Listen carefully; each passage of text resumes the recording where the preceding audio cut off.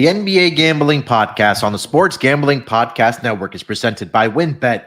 WynnBET is now live in Arizona, Colorado, Indiana, Louisiana, Michigan, New Jersey, New York, Tennessee, and Virginia.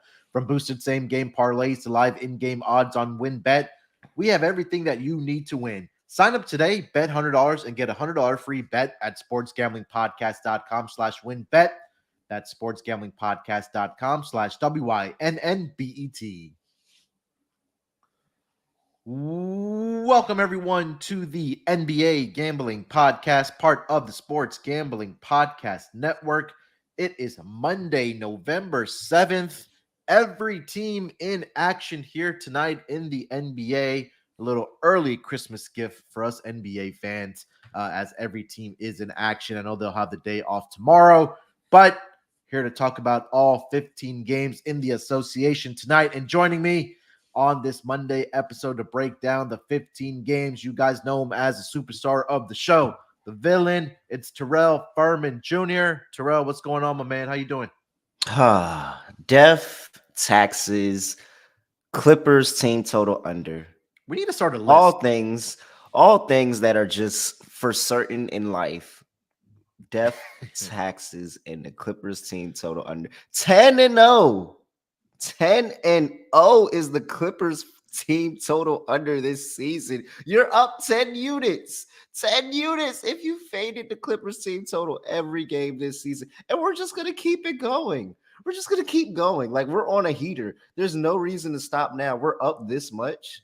We're up this, even if you're not up 10 units. Say that you got in when we talked about it when it was at 6. You're up 4 units. Like, come on.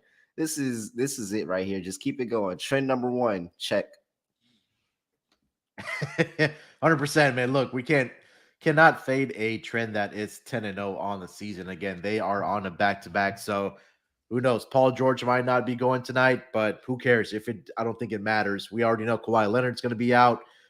Just blindly take it until it starts or stops winning for us. So yeah, great call by you. I know Scott's been on that as well.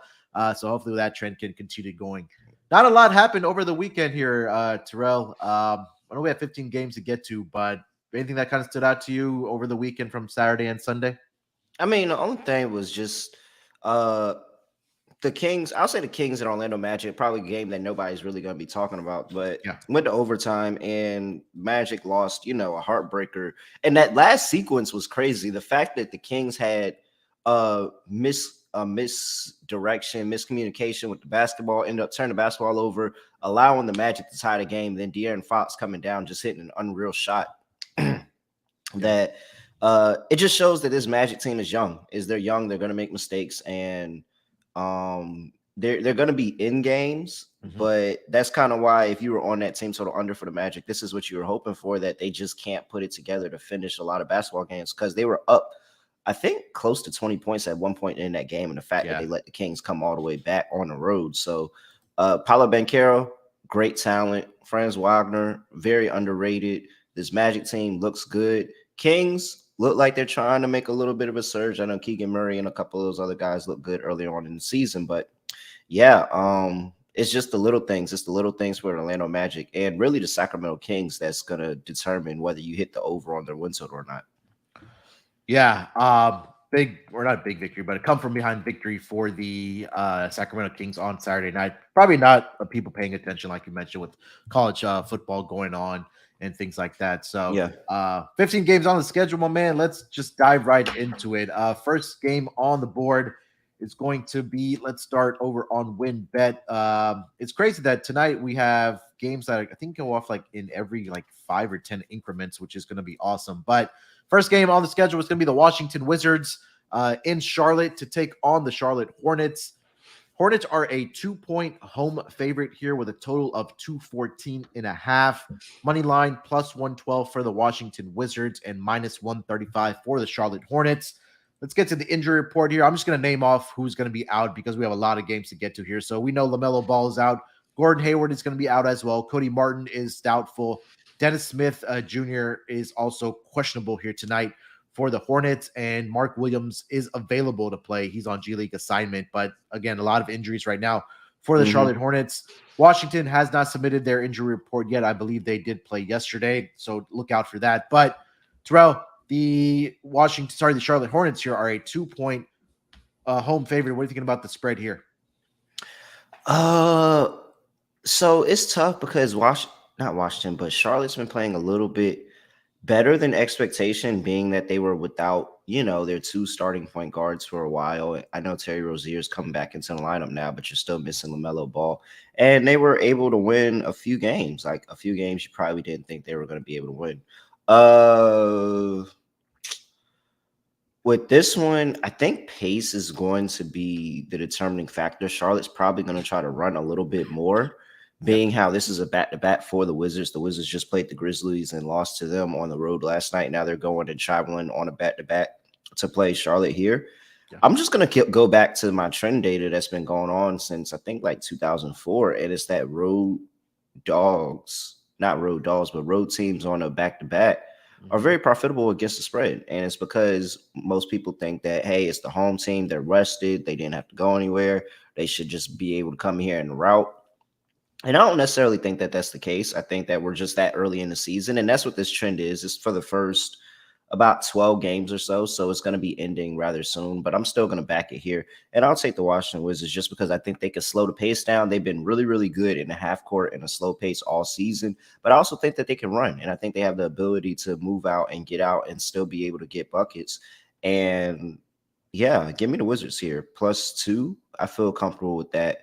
Just as long as Bradley Beal still plays. If Bradley Beal is out and they, keep him out of the back-to-back or anything like that, then I'll go over to the Hornets. But if Bradley Beal's in the game, then yeah, I like Wizards +2. Yeah, I like the Wizards here too. I just think it's too many injuries right now for the Charlotte Hornets. I think that the talent right now for the Wizards is better. Again, check the injury report because, like Terrell said, Wizards are on the back to back and they've maybe hold Bradley Beal out. But I just think that with Kyle Kuzma, Kristaps Porzingis, he's been playing pretty well for the Washington Wizards. Denny Mm-hmm. Avdia has been playing well as well. So I just think that there's more scoring options right now for the Washington Wizards versus the Charlotte Hornets, who are missing, three of their five top guys as far as rotations go for the Charlotte Hornets. So I'm going to take the road underdog here with you as well, +2. Talk about the pace in this game that maybe we see some up and down by the Charlotte Hornets. What are your thoughts on the total here, sitting at 214.5 here? At 214, I think I want to go ahead and go under just Okay. because both of these two teams, in the last 5 games, both of these two teams are 30th and 29th, respectively, in points per game. And so they've been having issues scoring the basketball. And Washington is second to last, only down there with the Philadelphia 76ers in terms of pace and how fast they run the game. Like Washington wants to play a slower pace. They want to play out of the half court. And I think that that's something that they try to utilize, especially coming in on a back-to-back at on the road. I think they try to slow things down, keep things in their court. So I'm gonna go under. I don't like it because we lost some value points. It opened up at looks like 220.5, Yeah. but I think it's good reason for this to go under.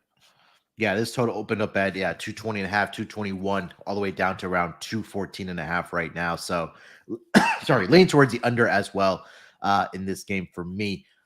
All right, let's get over to the next game of the night here, Terrell. It's going to be my Houston Rockets headed to Florida to take on the Orlando Magic, where the Orlando Magic are a 4.5 point home favorite here.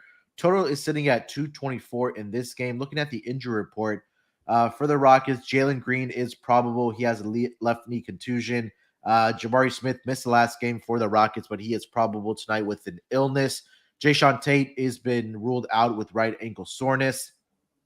And for the Orlando Magic, Cole Anthony, Markel Fultz, we know Gary Harris, Jonathan Isaac, and Mo Wagner are all out for this Orlando Magic team. We just talked about them at the top of the show here, Terrell. Coughed away a lead against the Sacramento Kings on Saturday night that pushed that game to overtime, and De'Aaron Fox had that incredible 3-point shot to win it for the Sacramento Kings. But they welcome the Houston Rockets to town as a 4.5 point home favorite here. What are you thinking about this game? Yeah, I feel like I have to go Houston here. I just don't think I can lay points for Orlando right now, just seeing how they've been able to choke games away in the fourth quarter. And I'm going to look it up really quick, but I think they're probably one of the worst fourth quarter teams in the league. And it's really, it shows that it just proves that they're a young team. Like that's really what it is, that they're really just a young team trying to figure this thing out. And so as of right now, I think I have to go Houston because of that. Houston goes on the road, and I'm not a fan, but I think catching points with Houston, I think that's the way to go and play this one. I'm trying to look up this here real quick and You're looking for the see. fourth quarter. Yeah, fourth quarter against the spread, they are. I'm seeing 5-5, if I'm not mistaken. Yeah, I think that's what I got as well. But it feels like it's a lot. Yeah, 5-5 here. And it just feels like it's a lot worse than what it looks like. Now, if I had to play anything, I'm probably playing Orlando early because Yeah, they're really, really good early in games. Like they yeah. play really, really well early in games. So if I'm playing anything in this game, I'm probably playing Orlando in the first half, 7-3 to the first half number for Orlando, whereas you have the Houston Rockets who are 4-6 over the course of this season. So I think that's kind of how I want to back this game. I want to back the Magic early in the game with the first half. But if I'm picking a full game line, then I'm going with Rockets plus 4.5. Yeah, that was going to be my exact play, was the Magic early, because I've watched this Rockets team, being a fan of it, and they just get out to slow starts in that first quarter and first half for whatever reason. And then they try to play catch up in that second half. Right now, the Rockets in the first quarter are 3-7 against the spread, where Orlando is 7-2-1 against the spread in the See, first quarter. that's even a better play. I feel like that's the Yeah. better play. Yeah. So first quarter, I think I would lean that way for the Orlando Magic. They're perfect 4-0 at home in the first quarter against the spread so far this season. So I think you probably want to look at Orlando Magic early and And often in the and first quarter, first Rockets, half. I wanted to get the number on that. Rockets 1-7 on the road in the first quarter. I feel like that's a best bet kind of play. 1+1 = 2. We take the Yeah. Magic in the first quarter, fade the Rockets. Let me see if I can get a line on that real quick so I can just officially make that, because that'll be on my card tonight for sure. Magic first quarter against the Rockets. Yeah. And then full game. Yeah, you're right about them closing by. I don't know. I don't know. This Rockets team right now, I think they're still trying to figure out rotations, and guys have been in and out of the lineup for them, through the first 10 games that they have played so far this season. I know that Jabari Smith missed the last game for them, and they gave up a lot of points, and they were playing with a lot more with pace, but that was against the Timberwolves, who didn't have Rudy Gobert, and we know that they're a better team on the offensive, at least efficiency wise, without Gobert on the floor and Karl-Anthony Towns on the floor. Currently seeing 1.5 for the first quarter here, Terrell. Yeah, yeah, 1.5 -105 is what I just found. So yeah, I'm definitely gonna be on that play tonight. I love it. Yeah. Anything else for this game? Or sorry, to get to the total here, 224. Total at 224. I'll take an under. Okay. I don't think that, for the most part, if we throw last game out, a lot of these Orlando Magic games have been going under. And the Rockets have been going under in a good amount of their games too. I think it's just because of what you hear the names. You hear Jabari Smith, you hear Paolo Banchero, Jalen Green, like you hear all these names and you think, oh, points, points, points, points, points. But that's really not how their season's been going for the most part. I think both teams actually have a better record towards the under in this season than the over. Let me go ahead and pull that up and I can give you the official number.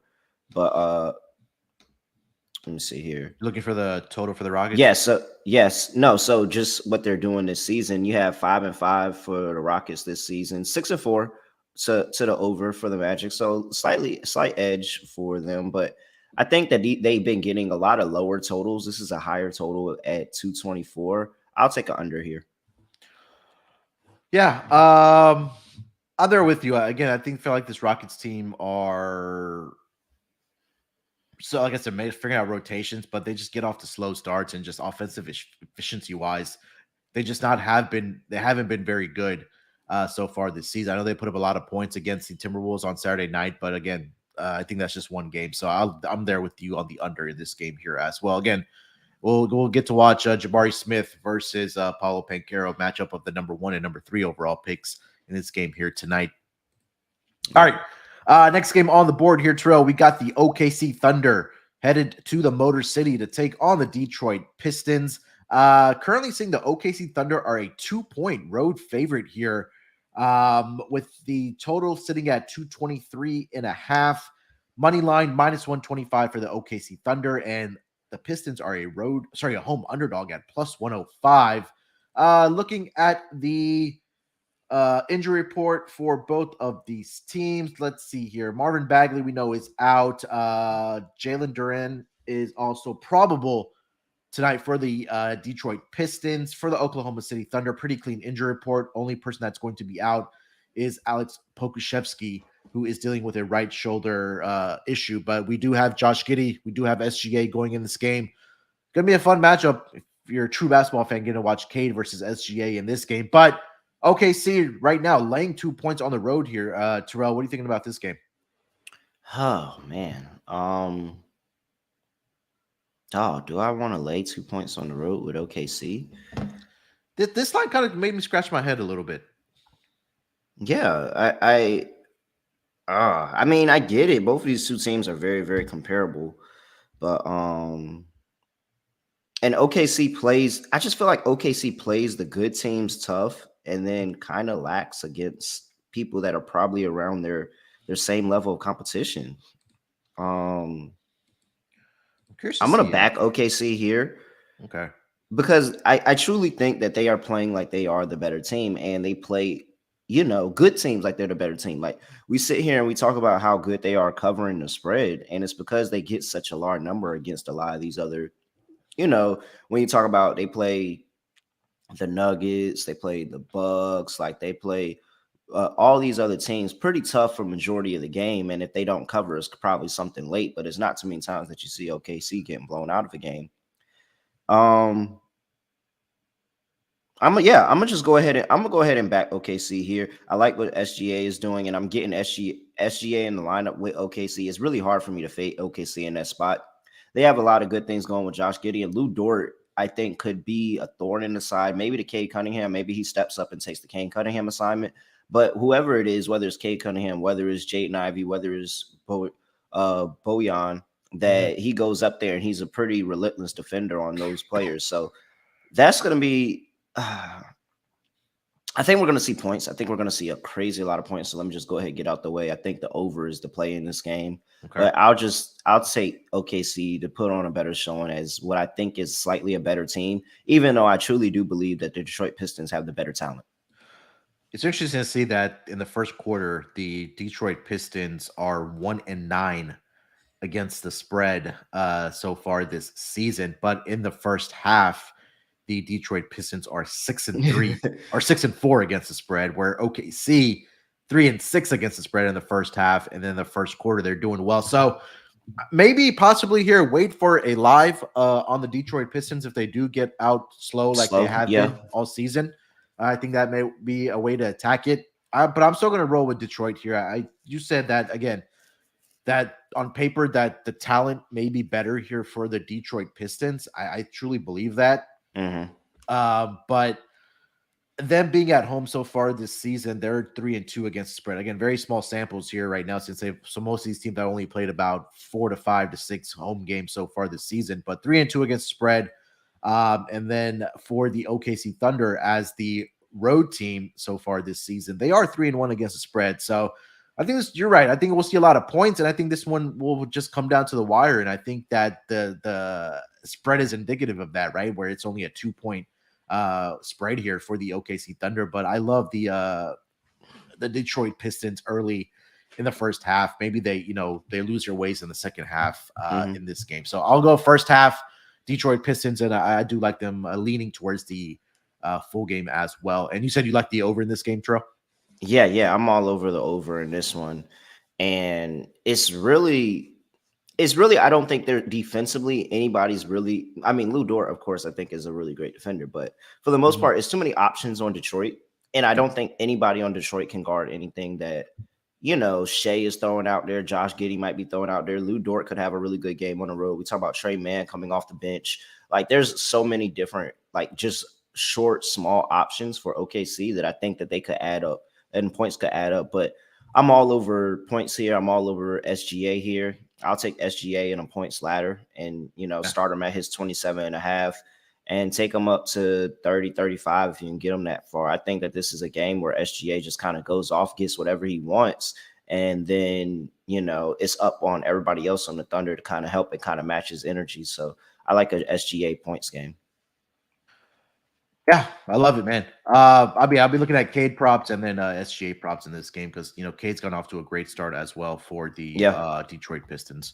All right, let's get to the next game on the schedule here. It's going to be the New Orleans Pelicans in Indiana to take on the Pacers. This line opened up at -6 for the Pelicans. That's currently sitting at -5. Yeah, on win bet currently. Total opened up at 235 and a half. That number's come down a little bit to 234 over on win bet. Money line is -215 for the New Orleans Pelicans and +175 for the Indiana Pacers. Looking at the injury report for both of these teams here, let's start with the road team, the Pelicans. Pretty clean injury report. We only know that, Kira Lewis Jr. and EJ Liddell are recovering from ACL injuries, but everybody is a go. Brandon Ingram did return for this Pelicans team on Saturday, I believe. And for the Indiana Pacers, Chris Duarte is going to be out 4 to 6 weeks. Andrew Nimhard is also questionable here tonight for the Indiana Pacers. Aaron Nesmith also questionable here tonight for the Pacers. Which means Ben Mathurin, a guy that we really talked up in the preseason Yep. when we were talking about awards and stuff, should be in the starting lineup here for the Indiana Pacers. But Yep. Terrell, 5-point road favorites here for the Pelicans. What are you thinking about this game? Seems a little short to me, but what do you think? Oh yeah, give me the Pacers. I'm all over the Pacers here. I think this is a short line, and I think the Pacers are. I'm not going to say they're good, but they are very competitive in games, and I very much know that at the very least, I'm going to get this get a sweat on this total. I don't think that this is something where the Pelicans just kind of run in here and steamroll over the Pacers. Pacers have a major key issue, and that's defending the three. And they can defend the paint pretty decently, but when they get outside, and it's the fact that they put so much attention on guarding the painted area that they kind of just let teams do whatever they want from three, which giving up 41.9% in their last 5 games. So, obviously that's really, really not good. And when I'm just sitting here thinking about what on the other side of the ball, the other side of the offense, and you look at it, what they're be able to do, opponents point in the paint, and they are first in the entire NBA over the course of this season. I can check. Let me go check the last 5 games to keep it consistent. But let me see here. So last 5 games, they're fifth in the NBA in points in the paints allowed to the opponent. So they guard that painted area. And when you think about it, it makes sense because who do they have down there? They have Miles Turner. And Miles Turner is a very, very good shot blocker, rim defender. And then they can go run out, transition, get a lot of good, easy buckets from getting, miscues on the offensive end from the other team. And really their issue is where they just kick out and let open shooters shoot. Now you go and you look at this Pelicans team on the other side of the ball and what they're able to do offensively from 3. And I mean, they're pretty decent, like 38%. So that's going to be the mark for the Pacers in this game is, can we hold the Pelicans from 3? Like, can we not allow them to shoot 38, 39, 40% from 3 this game? Can we limit their points from there, force them to go inside the paint and try to make it work from the inside out instead of the outside in? If they can do that, then I think the Pacers are in this game. I got the Pacers +5. Yeah, we know we were really high coming in on this Pelicans team into the year, and they've kind of gone off to a slow start. On their 5-4, I believe, straight up this season, and against the spread so far this year as an away team, they're only 3-3 against the spread. I know that Brandon Ingram missed a good portion of those games with the concussion protocol. And I think they're still kind of figure out, how CJ McCollum and Zion and Brandon Ingram are going to play together, because got to keep in mind that CJ and Zion didn't really get to play together last season because Zion missed the entire year last year. Yep. And, they were missing pieces, guys in and out of the lineup. So I think they're still figuring some things out here. And like you mentioned, Pacers are a feisty bunch that they fight to the end. We saw it early in the season. So far this year, they're 5-4 against the spread as the home team. So far this year, the Indiana Pacers are let's see here. They are 2-2 against the spread. So this is gonna be a good test for this Indiana Pacers team with the Pelicans coming to town. I do like the over in this game. I think we do see some back and forth in this game. Mhm. I think that the Pelicans do have enough shooters out there to take advantage of the 3-point line, whether it's Trey Murphy, whether that is, Jose Alvarado, CJ McCollum, Brandon Ingram can knock down a couple for you as well. And I'm really interested to see how, you talked about the defense inside the paint for this Pacers team. Now you have Zion that's going to be coming in inside the paint here. So that's going to be a fun matchup to watch in this game between the Pacers and the Pelicans. Um, so I'll lean with you with the Pacers And here that's gonna as be well. that's gonna be Ben Matherin. Like I'm looking to Yeah.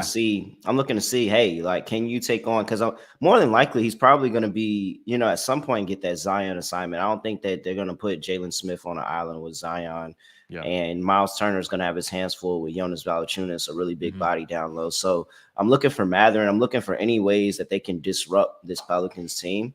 And I just think that they have so many options that they can go to scoring the basketball. Like you can go to Matherin, you can go to Halliburton, you can go Okay. to Miles Turner, you can go to Jalen Smith. Like you can go to a lot of these guys. So yeah, I like it too. I like over as well. Yeah. All right. Let's get over to the next game of the night. It's going to be the Phoenix Suns headed to Philly to take on the Philadelphia 76ers. Currently seeing the Suns are a 2-point road favorite here. Frank Wright got fired. Frank Wright got fired. Oh, he did. Yeah. Um, yeah, some breaking news there. Frank Wright fired by the Colts. There you Yep. go. I mean, it's about time. Like Yeah. it's really, really bad. Total is sitting at 215.5 in this game between the Suns and the Sixers. Money line minus 135 for the Phoenix Suns, plus 112 on the money line for the Philadelphia 76ers. Heard about the news that James Harden is going to miss up to a month for the for the Philadelphia 76ers, which means it's Tyrese Maxey season. Let's kind of go through the injury report here. Joel Embiid questionable here tonight with an illness. Daniel Mhm. House Jr. is also questionable tonight with a non-COVID related illness. Jaden Springer is available to play tonight for the Sixers. For the Phoenix Suns, Cam Johnson is going to miss some time with a right meniscus tear. Cam Payne is also questionable here tonight for the Phoenix Suns with a left foot soreness. And then Ish Wainwright and Dwayne Washington Jr. are also out for personal reasons. So both teams a little banged up here, Terrell, but the Phoenix Suns laying 2 points here against the Philadelphia 76ers on the road here. What are you thinking about this game? Oh, is this one of those, like, is this the same Suns team that no matter what happens, they can just go out here and cover a number? I mean, look, they are what 7-2 on the season so far, kind of flying under the radar. They Against the had that spread, first, 6-3. yeah. So look, if Chris Paul and Devin Booker and DeAndre Ayton are out there, man, this team wins. Yeah, and I mean, I know Cam Johnson is a really good piece, but it just feels like this is. I mean, I'm not taking anything from Dwayne Washington and Ish Wainwright, but I mean, as long as I got Chris Paul, Devin Booker, like you said, DeAndre Ayton, like a good majority of that cast, I feel pretty solid in taking the Suns here. And, just looking at what the Suns are doing this season, yeah, they've had some miscues against literally just the Blazers. Like nobody else. It's literally just the Blazers that they have their miscues against. But it just feels like this is still a really good spot to back the Suns. Suns still top 10 in points per game in scoring in the past 5 games. You sit here and you look at the 76ers, they're closer down to 16th at 101.4 points per game. And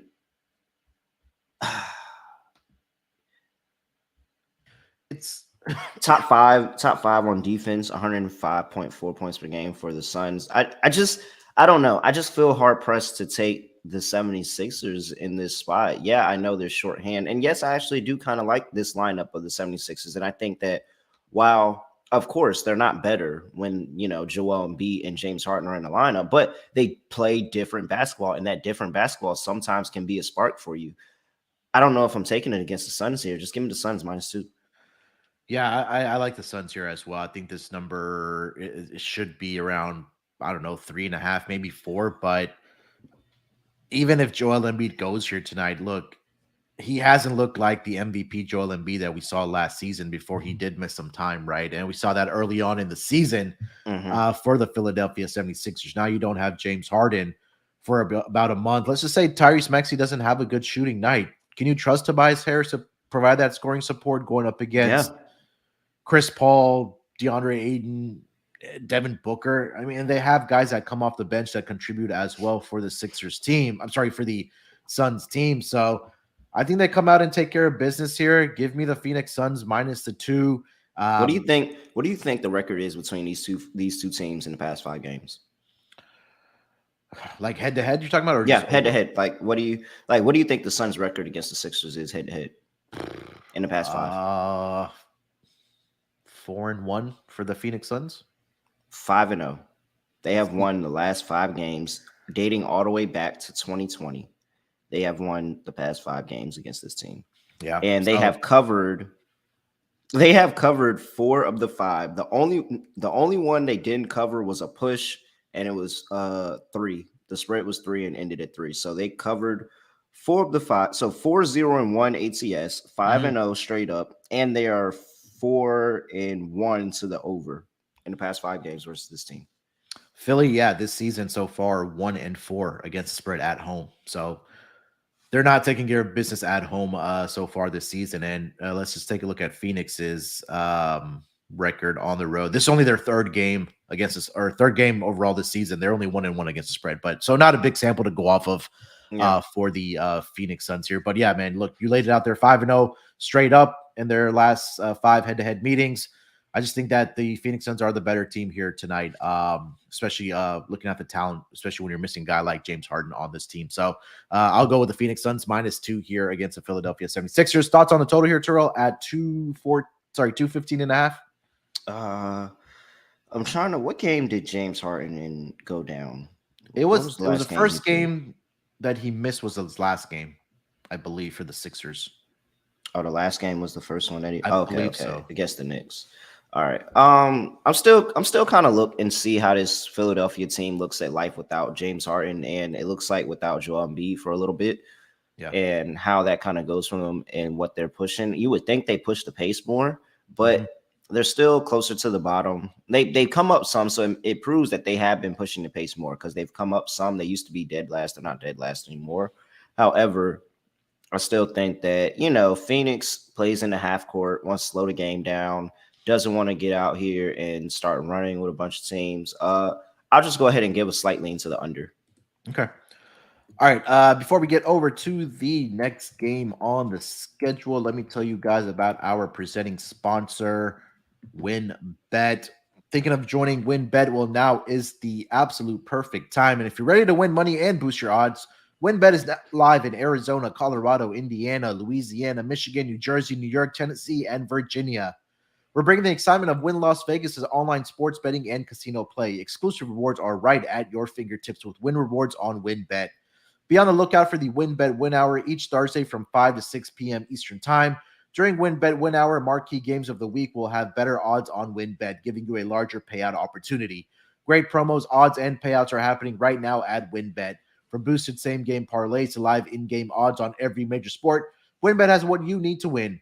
Ready to play? Sign up today to receive a special offer. Bet $100 to win $100. There's so much to choose from, and all you have to do is over to sportsgamblingpodcast.com/winbet so they know that we sent you. That's sportsgamblingpodcast.com/WYNNBET to claim your free bet today.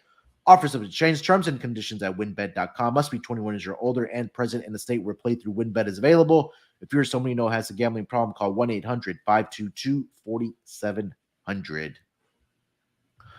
All right, Terrell, let's get over to the next game of the night. It's going to be the lone undefeated team in the NBA, the Milwaukee Bucks, Mm-hmm. headed to Atlanta to take on the Hawks. Currently seeing the Bucks are a 4-point road favorite here. Total is sitting at 226.5. Money line minus 170 for the Bucks, plus 145 home underdog for the Atlanta Hawks here. Looking at the injury report for both of these teams, we know Bogdanovich is out with the right knee injury. Trae Young is officially questionable tonight with a shin injury. For the Milwaukee Bucks, Giannis is officially listed as probable here tonight. And we know Pat Covington, AJ Green, and Joe Ingles are all dealing with injury recovery here. So, but everybody else is a go for this Milwaukee Bucks team. not really been talked about a lot, especially I guess in the NBA circles. But look, the Milwaukee Bucks 9-0 so far this season, 8-1 against the spread so far this season. They're just finding ways to win games. I think Giannis is playing at an MVP level. That shows in the results here for the Milwaukee Bucks, who are 9-0. Now they go to Atlanta as a 4-point road favorite here. Terrell, what are you thinking about this game between these two squads? Yeah, I'm on Atlanta here. I think Okay. this is it. I think this is it. I think this is the Bucks' first loss. And it kind of just more of goes back to what the history has been of this Bucks team playing in Atlanta. Last three regular season games, they have lost in Atlanta. Like they've Wow. lost those games. They've been really good teams at those points of the season, and they've lost those games. Coming into Atlanta and get a win, I think that kind of, and this is all after the what is it, the playoff run that they had, and The that the okay. battles that they had in the Eastern Conference Finals a couple years ago. And so I really think that this is an opportunity for Atlanta just kind of not only get a little bit of get back, but more of kind of take it to this Bucks team that both of them kind of profiling as the same team, very top heavy in their lineups and not getting a lot of bench production, getting some, but not a lot of bench production each side. Both of these teams closer to the bottom of the league in terms of bench production, but I think that this is the spot, and it's just because of how Atlanta runs. I think that they're going to run in this game, and they're going to get out in transition and really make it difficult on this Bucks team because Atlanta can first force turnovers, like bringing DeJounte Murray, bringing that length into the lineup. They've been able to create a lot of turnovers. I think DeJounte Murray has like averaging close to 2 steals a game for this team. And so, of course, Trae Young has to play for me to be any confident in what Atlanta's doing at all. But I like Atlanta in this spot. I think that they match up pretty decently with the Bucks. Yeah, defensively, Milwaukee right now, number one in the entire league. It's really been on the back of their defense, how they've Yep. been able to win ball games so far this season. And I want to look at the pace numbers here for both of these teams because I think my favorite play in this game is the under. I know Atlanta right now is number 8 as far as pace, and Milwaukee is number 13. Um, but I think that if either one of these teams, I think we'll see more of a defensive effort from both of these teams. Like you mentioned, DeJounte Murray has been playing really well defensively. We know that the Bucks pride themselves on the defensive end so far through the 9 games. Mm-hmm. They are the number one team as far as defensive rating goes in the entire league. So I know they're on an under streak here. Are the Milwaukee Bucks? They've had 4 straight games that have gone under the total. Mind you, it hasn't been against the best offensive teams. And these two teams did match up earlier this season, right? Where Yeah. Milwaukee Yep. won that game 123-115, where he did go over the total here. So we'll wait for the Trae Young news. I'm going to lean with the Milwaukee Bucks here in this game, laying the 4 points. I think that they'll just continue to play good defense and find ways to win, whether it's behind Giannis, whether it's been Drew Holiday. Um, that matchup between either DeJounte Murray and Trae Young, or sorry, DeJounte Murray and Drew Holiday, or Drew Holiday Trae Young is it's going to be a lot of fun to watch in this game. So I'll lay the points here with the Milwaukee Bucks minus the 4. Thoughts on the total here, Terrell? I know the first game scored or had a total of 238 points scored in that game. Currently sitting at 226 and a half. Yeah, no, I think this one you have a pretty good reason for it to go under, and it's just a lot of things kind of went right in that first matchup. You look at Brook Lopez, and Brook Lopez went 5 for 8 from three, 8 for 12 from the field, 21 points, and it's because he had Clint Capella on him, and they just pulled Brook Lopez out to the 3 point line trying to get Capella out the lane, and he got a bunch of open looks at the basket, and Mhm. so. I think that there's room for adjustments there. You'll probably see a little bit more of Okongwu in this game than you did in the Yep. last one. Okongwu only played 19 minutes in the last game, but I think you could see some more of him just because while he may not have the height factor, he is still a strong body on the inside. He's able to get out and contest those threes and not let Brook Lopez just hit open shots. So I think that you could be seeing a little bit more of Okongwu in this game. But yeah, I'm on the under here. I think that both of these teams kind of lock in. 115 is a little bit, on the high side for what Milwaukee even brings on defensive end. And we know defense travels. So I expect Milwaukee defense to show up. And I think that Atlanta has a really good spot at home where they try to get some get back for earlier in the season, and also make this a really close one. I don't know. I have a really good feeling about Atlanta this one. And those last three games in the regular season, they've been able to not only cover but win those games outright against this Milwaukee Bucks team. It just shows that at home they get up for this team. They want to go play this team and play this team tough. Yeah. Milwaukee can't win every single game in the season. I think this is a spot where they're playing a team again. I'm not certain if they played too many. I mean, I think they played the Pistons twice, but I'm not too many times where Milwaukee has played a team twice this season. So yeah, I think that I like the chances of the Hawks to get right in the second game against them. Yeah, also take a look at Milwaukee's schedule here. They haven't played a lot of great teams. Look, they had Philly in the first game. They had Brooklyn, but we know the story with Brooklyn. And then they had Detroit, they had Minnesota, and they had OKC. So, I mean, they've taken care of business where they've needed to so far this season. And that first game that we just talked about between these two teams, that was a game where Trae Young had 42 points for the Atlanta Hawks. And I think you'll see a better defensive effort from the Milwaukee Bucks on Trae. And that was in the game where Giannis had 34 and Drew Holiday had 34 for the Milwaukee Bucks. So, yeah, I think I like the under in this game as well. All right, let's get over to the next game of the night. Headed into the 7:40 Central Time starts. Sorry, 7:40 Eastern Time starts. It's going to be the Portland Trailblazers headed to South Beach to take on the Miami Heat. Currently seeing the Miami Heat are a 7.5-point home favorite here with a total of 215.5. Money line plus 260 for the Portland Trailblazers and the Miami Heat money line minus 320. Looking at the injury report for both of these teams, currently seeing for the Portland Trailblazers, Josh Hart is probable tonight with a right ankle sprain. Damian Lillard is officially questionable here tonight for the Portland Trailblazers. Gary Payton II is out as he returns to competition, as he's getting his body ready to from conditioning. Anthony Simons is also doubtful here tonight for the Portland Trailblazers, so he has left foot inflammation. Justice Winslow probable here tonight for the Portland Trailblazers. For the Miami Heat, pretty clean injury report. Only questionable tag is Tyler Hero, who is dealing with a left ankle sprain. Terrell, 7.5-point home favorites here for the Miami Heat against the Portland Trailblazers, who may be a little shorthanded, but they have been one of the best teams against the spread so far this season. Are the Portland Trailblazers? But what do you think about this game? Oh man, this one's tough. I don't like laying. When we get into the point of you're laying a bunch of points with the Heat, I don't like that.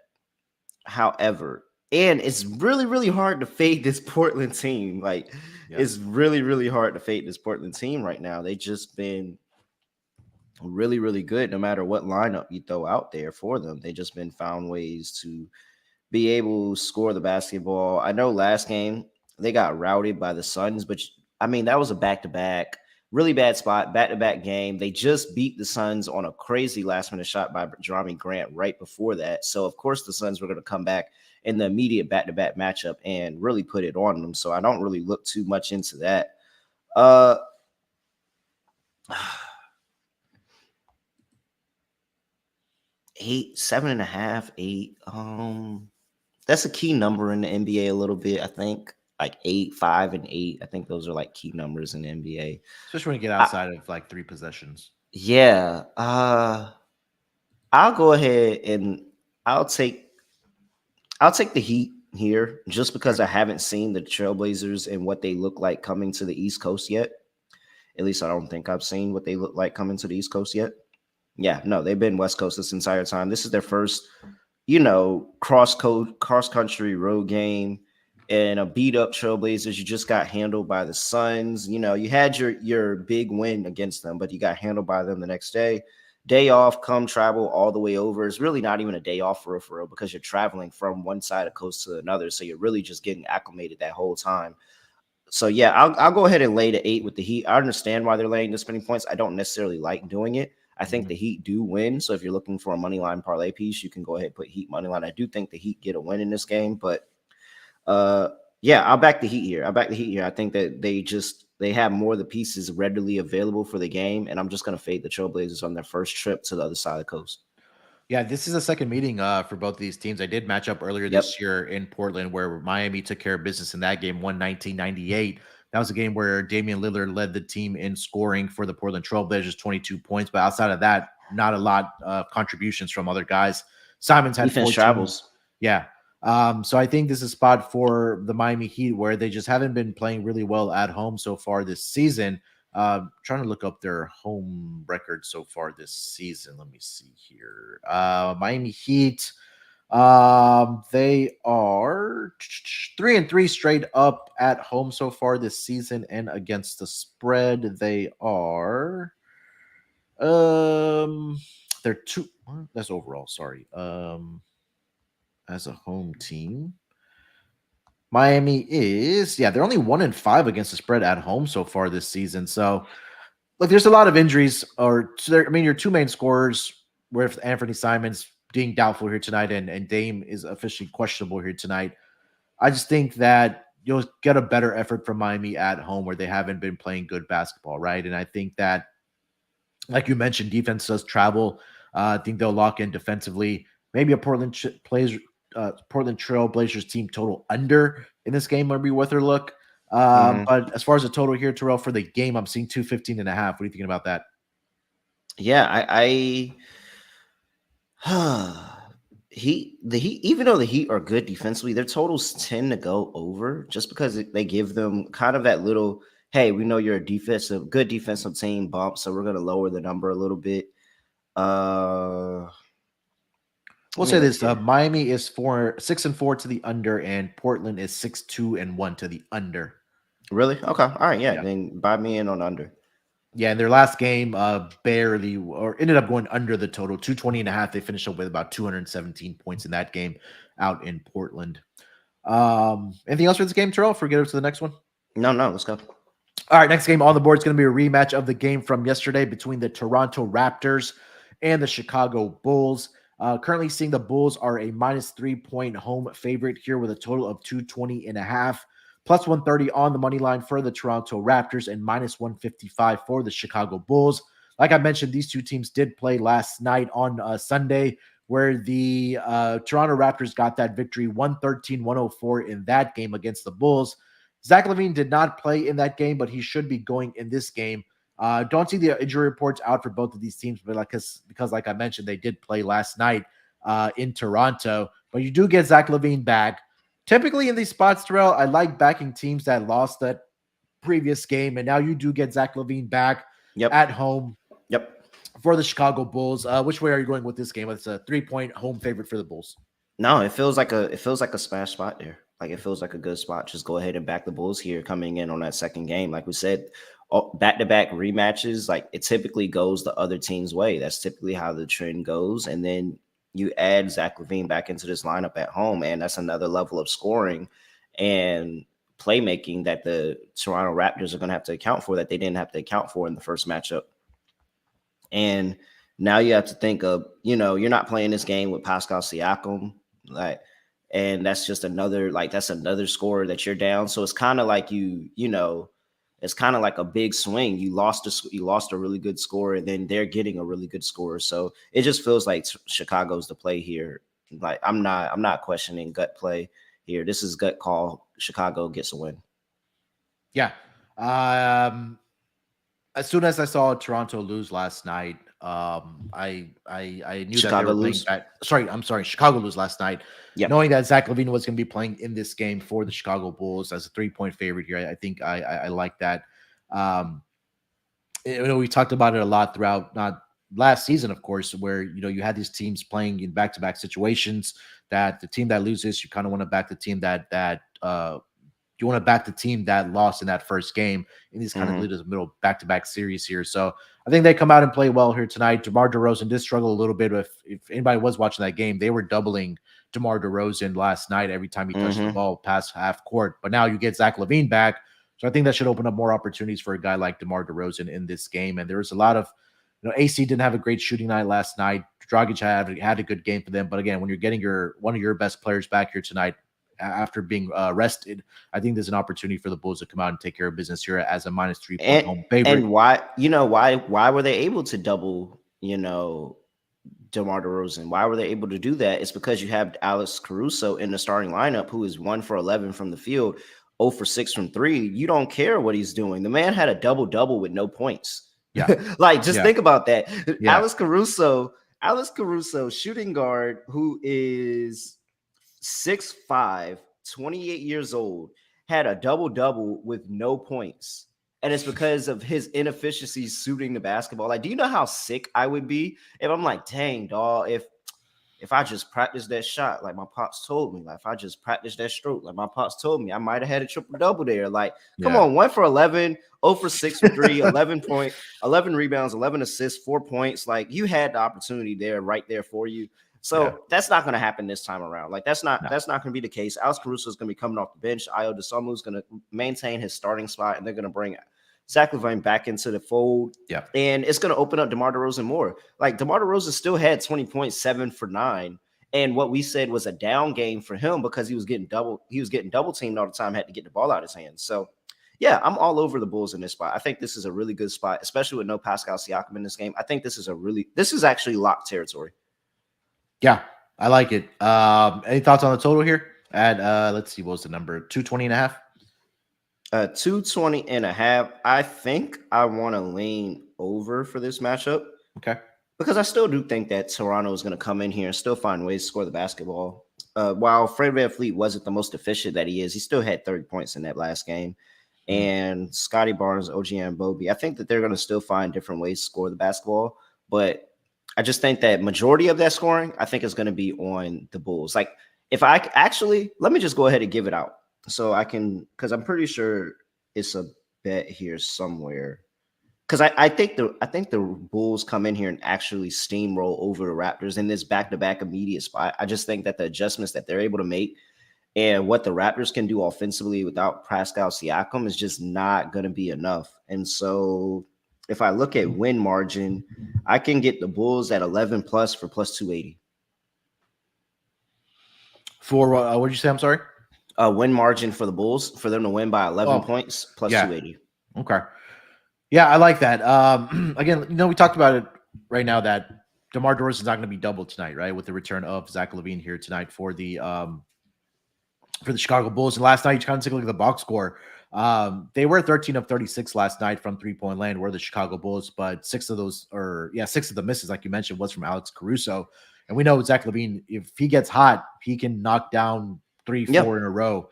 And I think that this is going to be a game where I think we probably see some tired legs more for Toronto. I know they're both on the back-to-back, but when you have, again, a guy like Zach LaVine coming in to play with fresh legs, I think he's got fresh legs. He's ready to go and run the entire game. Yeah. Captain said like LaVine over 2.5 threes. Yeah, I think that's a pretty solid play. I don't think it's gonna. Well, I'm really hard pressed to believe that they double DeRozan again with LaVine in the lineup. If they do, or if you think that they might, you might just want to take LaVine threes all the way up because he's going to have a lot of open looks. Like if they're getting doubled and he can rotate over and they find LaVine probably with an extra pass, then he can definitely light up the scoreboard from 3. But yeah, I do like LaVine over 2.5 threes. I think that's a good play. And I like his points total. I think he has a good game tonight. All right. Let's get over to the next game of the night. That's going to be what do we got on the next game here? Let me see. The screen just went off on me. Let's go over to the Boston Celtics in Memphis to take on the Memphis Grizzlies. Currently seeing the Memphis Grizzlies as a 4-point home underdog in this game. Total is sitting at 231.5. Boston minus 170 on the money line. Memphis is a home underdog of plus 140. Looking at the injury report for both of these teams, for the Boston Celtics, pretty clean injury report. Nobody of significant is going to be out. Memphis did play last night against the Washington Wizards, as we talked about earlier, so their injury report has not yet been submitted. Back-to-back situation here for Memphis. You have one of the best teams, we can say, in the Boston Celtics. I know you're not a fan of them, but 4-point road favorites here for the Boston Celtics with the rest advantage. Terrell, what are you thinking about this game? I was literally looking something else up, and I missed your injury report. So injury report for Boston pretty clean. Nobody's out. We know about Time Lord, but other than that, everybody's pretty clean. And Memphis right now, they haven't submitted one yet because they did play yesterday. I mean, they played yesterday, but they're at home. They played Yeah, yesterday at there's no home. They're travel at home situation. today. Yeah. Like, there's no travel here. This is a spot where I think everybody's probably going to lay the points with Boston. Mm-hmm. And I'm not surprised. You know, Memphis on a back to back, Boston, one of the best teams in the league. And they've actually been really, really good in this series. I think they won both games last year. Yeah, they won both games last year against this team and by pretty dominant fashion 120, 107, 139, 110, both of those games, one in Boston, one in Memphis. It's a new season, and we're not looking in the rear view. I'm with the Memphis Grizzlies plus 3.5. Sprinkle on the money line. Come on now, you're telling me I still have Ja Morant, still have Desmond Bain. Now I'm watching the injury report because Taylor Jenkins could very well say, "Hey, we don't need this games early in the season. We'll sit one of them on his back to back." So watch the injury report. If you are on the Celtics and you like the Celtics and you bet Celtics, everybody knows I don't bet Celtics, but if you bet Celtics and you like the Celtics, get the number now because if somebody is out later in the day, you're going to miss that line. Like, this is the best line you're going to get for the Celtics all day. I don't think it's enough now, but it's the best line you're going to get for the Celtics all day. So if you want the Celtics now, play them now at 4. But I'm on the Grizzlies here. I think the Grizzlies keep this close. And honestly, I think the Grizzlies have a good chance of winning outright just because there's a serious lack on the interior for the Boston Celtics. And that lack of the interior is really going to open up for Ja Morant. It's really going to open up for Dillon Brooks. Like, that's the really person that matters because now Dillon Brooks able to get easy looks at the basket at the rim. And if he heats up getting some easy looks at the rim and he's able to step outside and start shooting, when Dillon Brooks is on, this Grizzlies team is damn near unbeatable with all those guys going like that. So, of course, you would have loved to have Jaren Jackson Jr. back for this game, but, he's still rehabbing from off-season surgery. So, yeah, no, I like what Dillon Brooks is able to do, get into the rim. I like the other pieces they have coming off the bench in Tillman and Clark and those guys to be able to get to the rim against this Boston Celtics team. So, yeah, I like a lot of points to be scored. Give me an over in this game and give me the Grizzlies to keep it close. Yeah, this was my favorite play in this game was the over. We've seen again Boston from the beginning of the season, they really like pushing the pace, but that's cooled off a little bit for them. They're right at, let's see here, as far as pace. Boston, they've cooled off to number 21, but they are one of the more offensive efficient teams so far this season, where they are number 2, tied with the Dallas Mavericks at 117.5. And we know what in Memphis in that same category, number 7. So I think we'll see a lot of great offense in this game. Defensively, the Memphis Grizzlies, not very good on defense. They're number 22 as far as defensive efficiency. Boston, so far, number 23 through the first about 10 games that they have played. Boston's played 9. They're right behind each other, 22 and 23 as far as defensive efficiency. So I think, yeah, it's going to be a high-scoring game. I wouldn't be surprised if this gets into 240s. We're seeing the total right now at 231.5. I couldn't bring myself to the side right now because of what you mentioned there, Terrell, with the injury report that I don't think Ja or Dillon Brooks or those guys sit here tonight, but I want to confirm that before I get on the Memphis side here.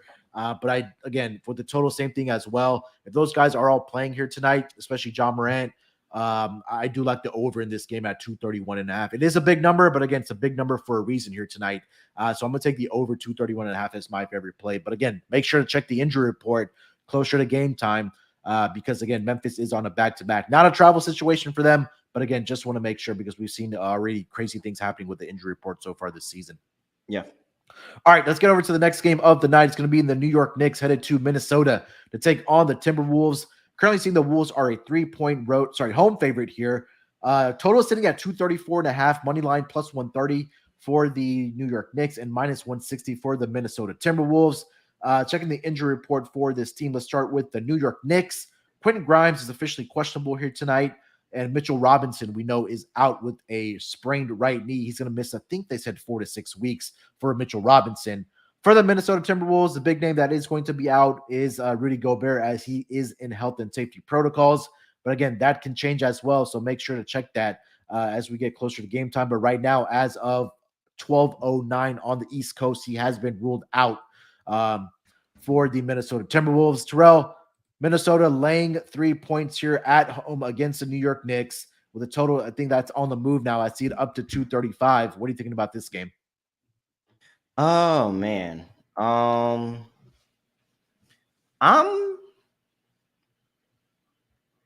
so the Knicks travel well when they go West Coast. This isn't necessarily out west just yet, but normally when they go on those West Coast road trips, they do pretty well.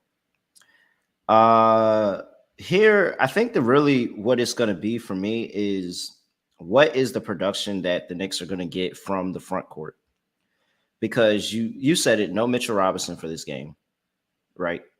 Yeah, he's out. I think he's gonna be out for about 4 to 6 weeks. Yeah, I think it was something like that. So you're bringing in Isaiah Hartstein, who's been Yeah, playing really well this season, and then you also have Jericho Sims coming off the bench as well, who's probably going to get more minutes with Mitchell Robinson being out. And we remember seeing Jericho Sims last year come in and be really really good. And I think Isaiah Hartstein just kind of outplayed him for that backup center role, and that's kind of been the reason that he's seen the decrease in minutes this season. But well, not even a decrease because he didn't play minutes last season either. But yeah. we expected to see him do a lot more, and we're not seeing that now.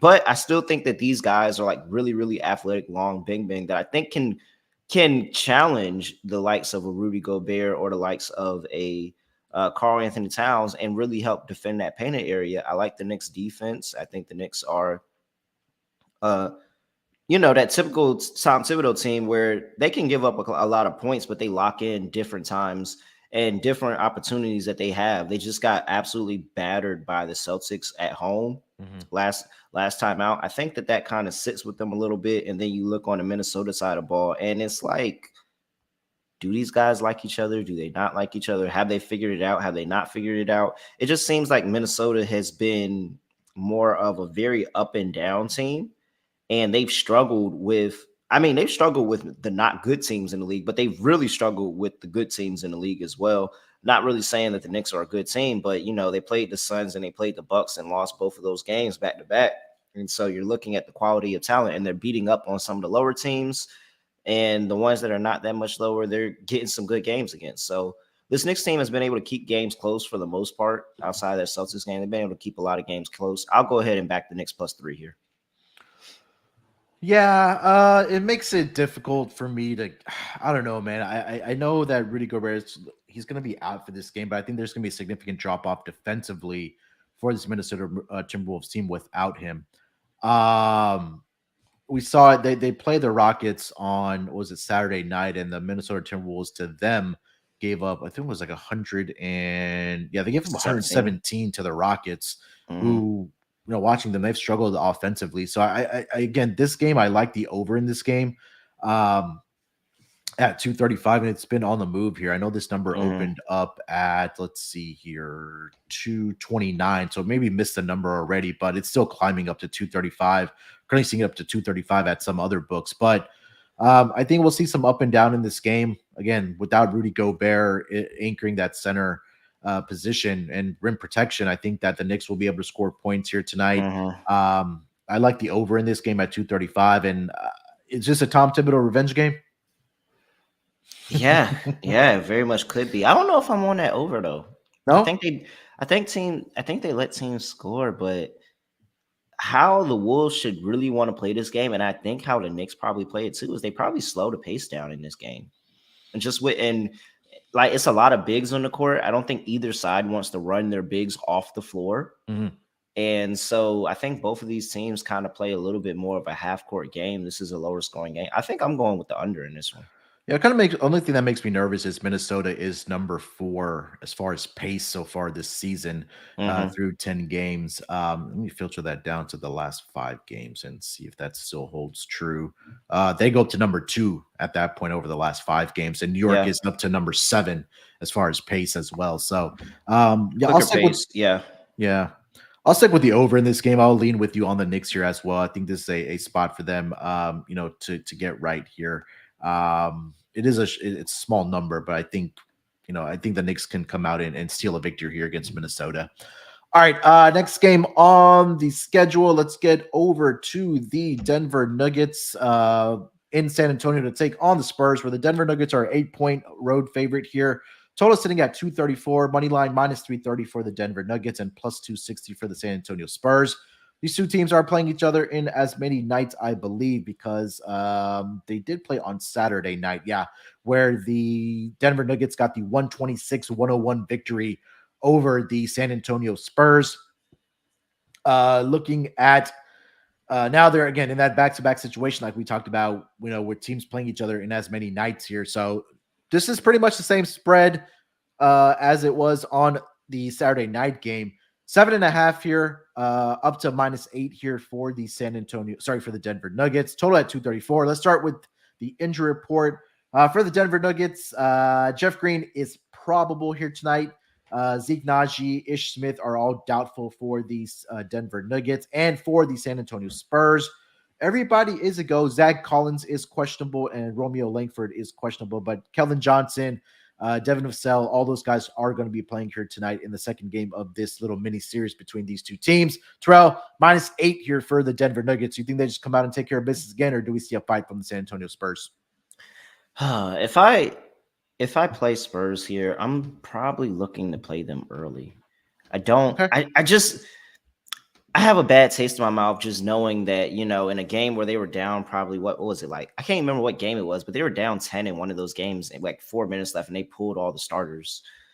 I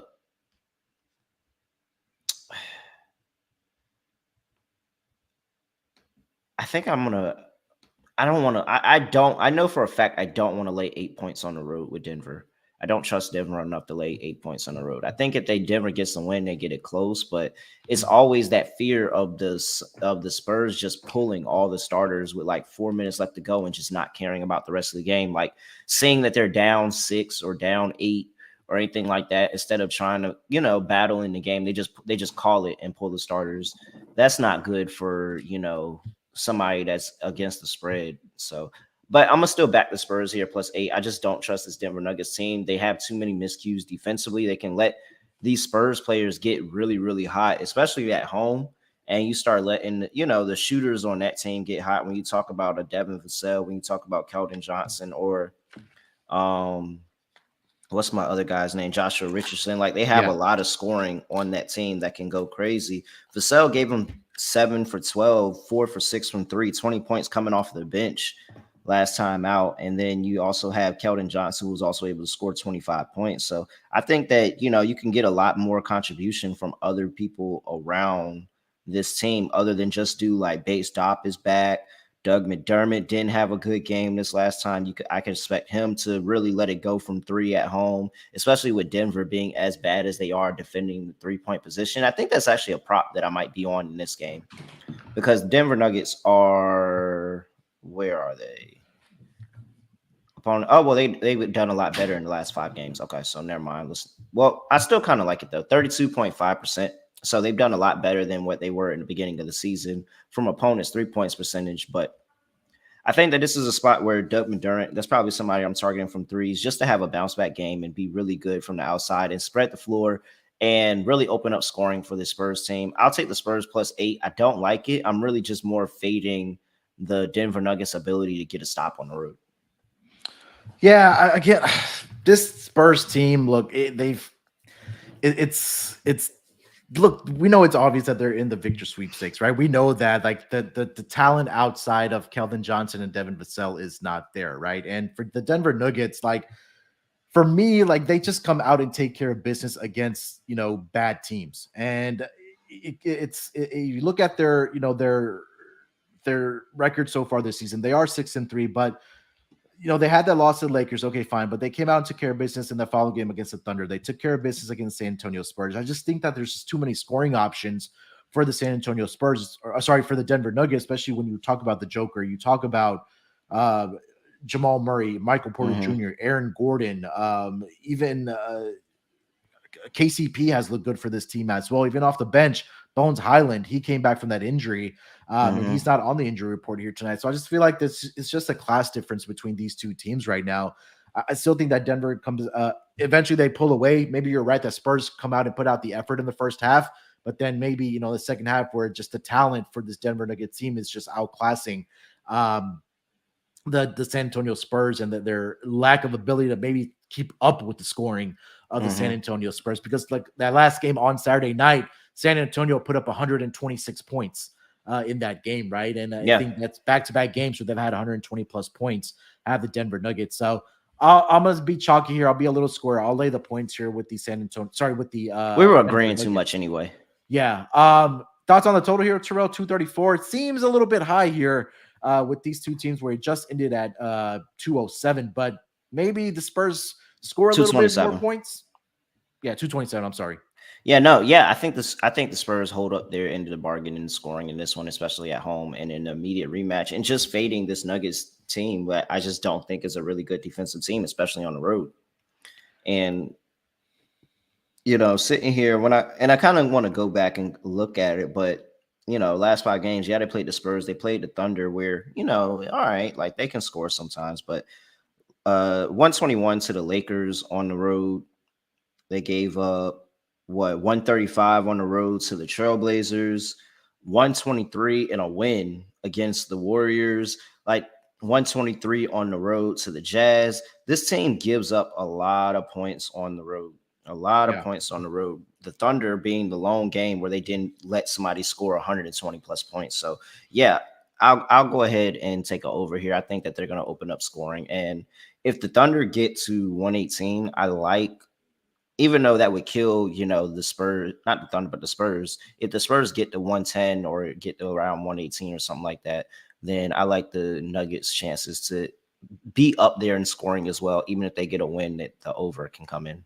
I think if you like Spurs stat, you probably want to take their team total over. Yeah. Because I don't think that they'll be able to hold the Denver Nuggets defensively in this game. So let's see. So you're on the Spurs here. I'm on the Denver Nuggets. What about 2?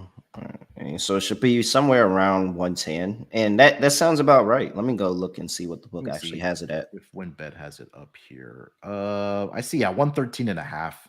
113 and a half. All right. I mean, it's a little bit higher than I would have liked it, but I feel like I have to play it. They've averaged more than 120 to majority of the teams they played on the road. Again, just to say it again, Thunder 110, Lakers 121, go and play the Trailblazers 135, Warriors 123. Like they've given this up. So yeah, I'll take a team total over for the Spurs. I like that. All right, let's get over to the next game of the night. Big schedule. We've already got an hour 10 here, but hey, we're gonna handicap all these games for you guys. Let's get over to the next game here, Terrell. We have the let's go over to the Brooklyn Nets. Let's stay in Texas. Brooklyn Nets in Dallas tonight to take on the Dallas Mavericks. I'm currently seeing the Mavericks are a 6-point home favorite here. 6-point home favorite for the Dallas Mavericks. Total is sitting at 216 and a half in this game. Let's check the injury report for both of these teams. Kessler Edwards is out. We know about the Kyrie suspension. I did see a note come across that Ben Simmons will play tonight, but in a limited capacity of only 20 minutes for the Brooklyn Nets. For the Dallas Mavericks, pretty clean injury report. Davis Bertans continues to recover from his right knee injury, and Frank Ntilikina is also out here tonight for the Dallas Mavericks. We did see the Brooklyn Nets win that first game without Kyrie Irving in blowout fashion, but they kind of ran out of, I think, gas in that second game where they were without Kyrie Irving. But Dallas comes in as the most offensive efficient team so far this season. What are you thinking about this game as the Dallas Mavericks are a 6-point home favorite hosting the Brooklyn Nets here, Terrell? Man, I just don't know how I can take Brooklyn. Like, I don't know how I can take Brooklyn right now. Like, and I'm over here scouring. I'm looking for anything that can tell me that I should not be laying 6.5 with Dallas right here.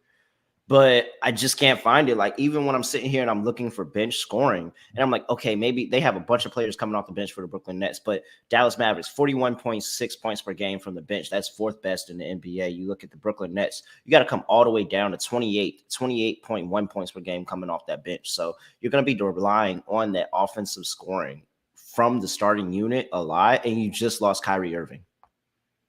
Like, that's tough. That is hard to overcome. That is absolutely really, really hard to overcome. And Kevin Durant, while he is a talent, while he is one of the best players in the league, I don't think he can do it by himself. Yeah. And then you bring Ben Simmons back into the fold, and we know how Ben is when we talk about scoring the basketball. Hopefully he can get other people going in that offense, but I just think the Mavericks have too much at this juncture right now, and what they're able to do on the offensive side of the ball. Now, defensive side of the ball, it could, there's more that you would like to see. You would like to see a lot more from them on that side of the ball, especially at what they were doing last year and being one of the top teams defensively. They're all the way down to 19th in terms of defensive rating.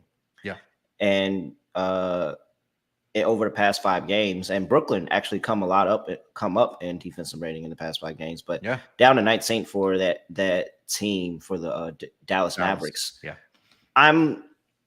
I want to not lay this big number. I do not want to lay 6.5 with the Mavericks right now, just because I know defensively they can give up a lot of points, but it's just not much that's just leaning me to the other side. And maybe this is a very chalky play and just saying take the Mavericks minus 6.5, but it could also be still some Nets truthers out there that are saying that the Nets and Kevin Durant are still a really, really good team. And a lot of people on the Nets, I just can't do it. Give me Dallas.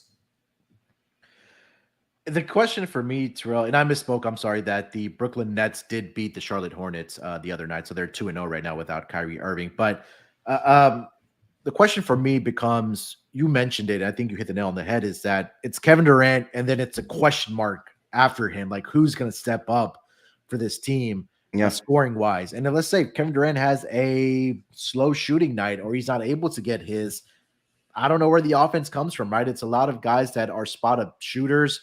We talk about Rose O'Neal, Joe Harris. I know they got Seth Curry back the other night, but those are all guys that are spot up shooters, right? You don't have another body or another player on this team outside of Kevin Durant without Kyrie Irving that can put the ball inside the basket.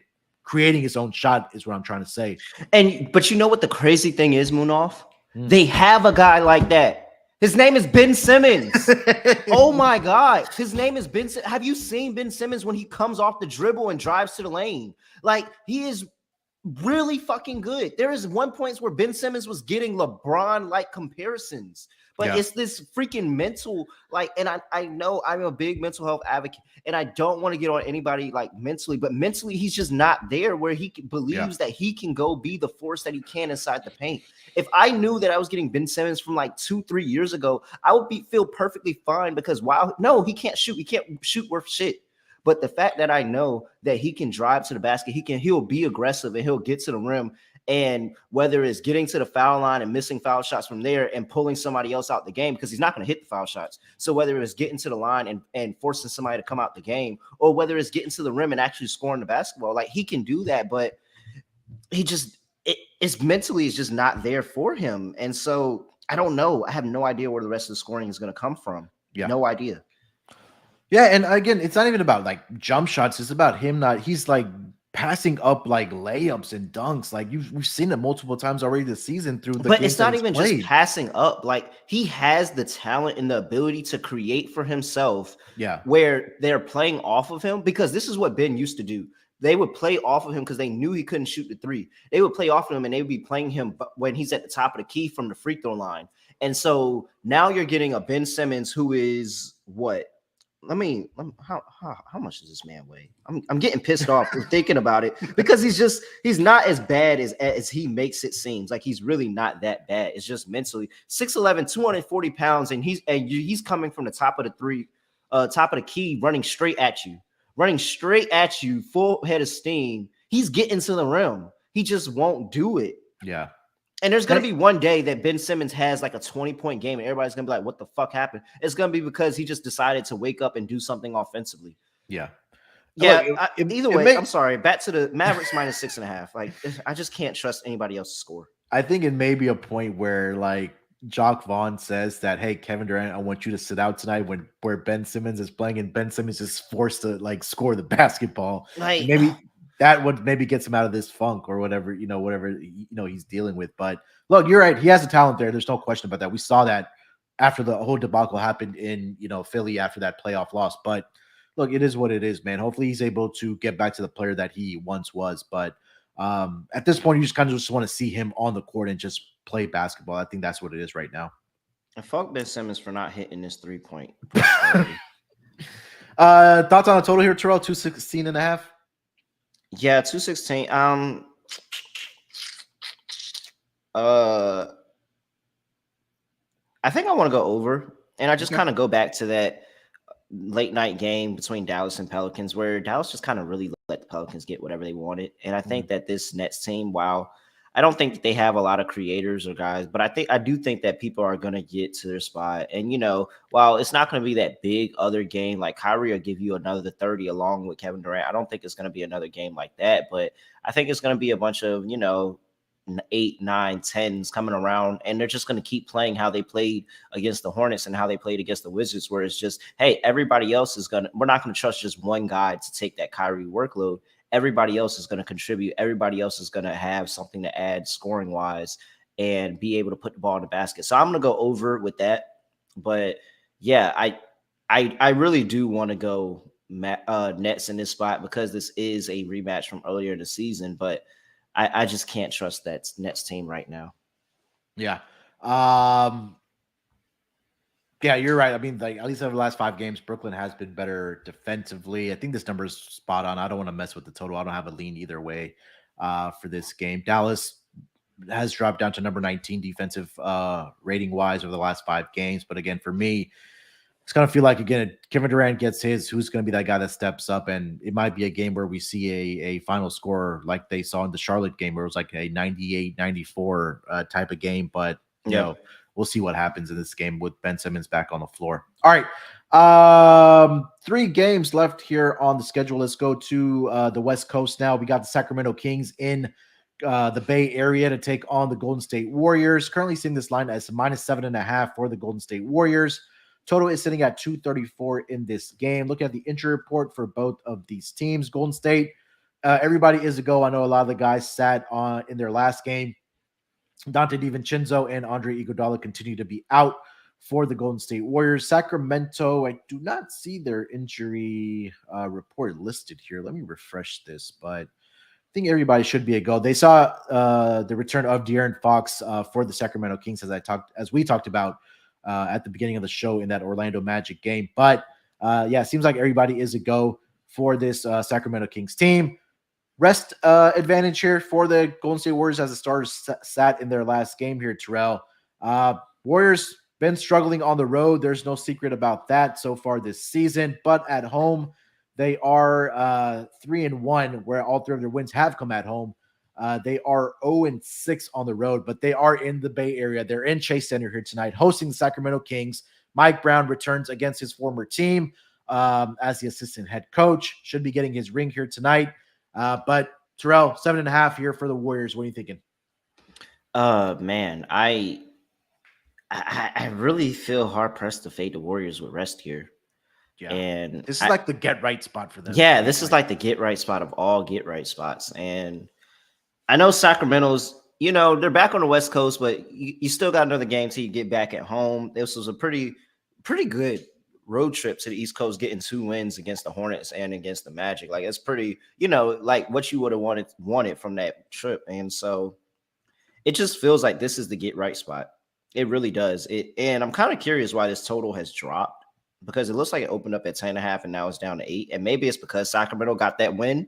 And maybe this is just like recency bias because Sacramento got that last second win against the Magic. But I expect a lot of points. I think there's going to be a lot of points scored. Warriors have been really bad defensively. Maybe this is a get right for them defensively. But I just think that this is when the Warriors offensively, they flex their muscles. Whether the Kings keep up or not, I'm not 100% certain. So while I do like the over, I think the better bet for me total wise is the Warriors team total over. And I'll just go ahead and take it. Very chalky play with them laying 7.5, but I'll go ahead and take it. I think the Warriors put up a bunch of points tonight against this Kings team that struggled defensively. And the Warriors have, have a pretty solid game here against the Kings and able to just right the ship after going over on that trip. Like they didn't win a single game on that road trip. So this is going to be the one where they flex their muscles for real. I think that second half is when they explode. Give me the Warriors -7.5, -8, whatever you get at. I like it. Yeah, and the losses so far this season for the Sacramento Kings, they give 110 to the Miami Heat, 125 to the Memphis Grizzlies. These 2 teams matched up earlier this season where they gave up 130 to the Golden State Warriors. They gave up 111 to the Clippers, and they gave up 115 to the Trailblazers. So, yeah, that was going to be my favorite play as well in this game was the Warriors team total. The starters haven't played since November 3rd, which was all the way back on, what is that, Friday for the Golden State Warriors. So I think that they'll be able to, they have the rest advantage. I think they're back at home where they have all three of their victories there. Sacramento defensively has just not been very good so far this season. They are defensive efficiency wise number 23 in the entire league. So I think I like Warriors early. I like Warriors often. And again, that full game team total is probably one of my favorite plays here tonight as well. Even though it is a big number, they did put up 130 in an earlier matchup this season between these two teams. Anything else for this game, Terrell? No, I'm ready. All right, let's get over to the second to last game of the night, the penultimate game, as Malcolm likes to say. It's going to be the Los Angeles Lakers against the Utah Jazz. Currently seeing the Jazz are a 5-point home favorite here. Total is sitting at 229.5. Money line plus 165 for the LA Lakers and minus 200 for the Utah Jazz. Jazz did play last night against the LA Clippers in LA. Now they're traveling back home to Utah to take on the second LA team here. Looking at the injury report for both of these teams, don't have one yet submitted for either of these squads. Number one, with the Jazz playing last night, they get that extra time, but I'm surprised I haven't seen the Lakers put up their injury report yet. But I'm pretty sure that LeBron will be on there as probable, and Anthony Davis on there as probable as well. But we'll see when that official injury report. Let me see the updated one. Yeah, nothing yet. But Terrell, who would have thought that the Jazz would be a 5-point favorite against the Lakers this early in the season? Look, Jazz have looked great so far this season. Lakers, not so much. 5-point road underdog here for the Lakers, man. What do you think about this game? Well, so it's not the immediate rematch. Both of them had a game in between this one, but they just played 130, 116, where the Lakers got actually buried at home. I think this is just going back to what our, I don't even know what the word I'm trying to say is. What our evaluation of the Jazz has been in the early part of the season, and it's that we like them as dogs. We love them as large dogs, but we like them as dogs, and we fade them as favorites.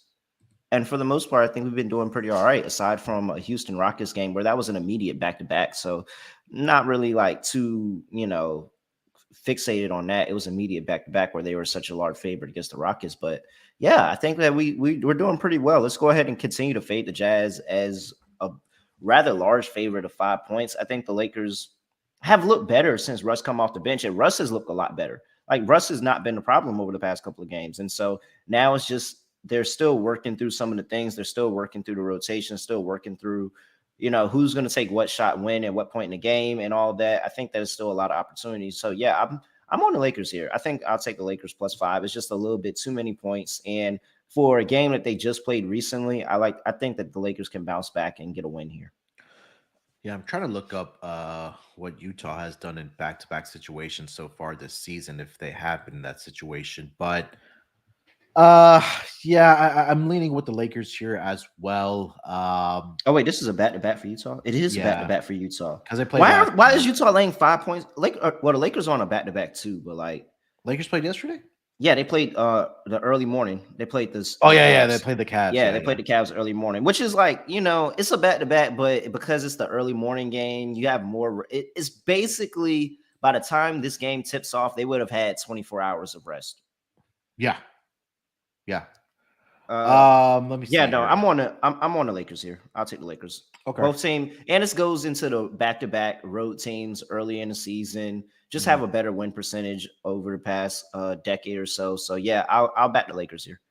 I think this is the Lakers' first back-to-back all season, if I'm not mistaken, because I don't see them on this list of back-to-back trends. Yeah, this is their first back-to-back. So Utah, so far this season, this is going to be the third back-to-back. They're 1-1 against the spread in the back-to-back situation here so far. But I get why they are 5-point favorites here, right? Lakers have been atrocious this season. There's no doubt about it. And Utah Jazz have been the most surprising team so far this season when people thought that, hey, they would be right up there with or right down there with the Rockets and the Jazz and the Pacers and that Victor and the Spurs and that Victor Wembanyama sweepstakes. But look, they're 8-3 so far this season. They got the victory against the Clippers last night. But I think that going back home here against the Lakers, yeah, kind of a red spot here for the Lakers. I'll go ahead and go with the Lakers with you as well. Thoughts on the total here, Terrell? We saw a high-scoring game between these two teams in their earlier matchup. Do you think it's right back as a high-scoring affair here at 229.5? I think I'll take the under this one. Okay. And just, I mean, as bad as the Lakers have been over the course of this season, 130 is pretty much an anomaly for them. Like they let the Warriors get to 123, but they don't let nobody get that high in scoring on them. Like that was just everything went wrong for them, and they just kind of also punted the game towards the end. Didn't really, they set starters in there and they let that total climb up. I think this is a good spot to come back in and back them on an under. And just saying that the Lakers are going to be a lot more locked in defensively in this game than what they were at first game. 130 does not happen too often to the Lakers. I don't think it happens again in this one or anything close. Yeah, you Jazz have been a team that have kind of trended towards at least first half overs.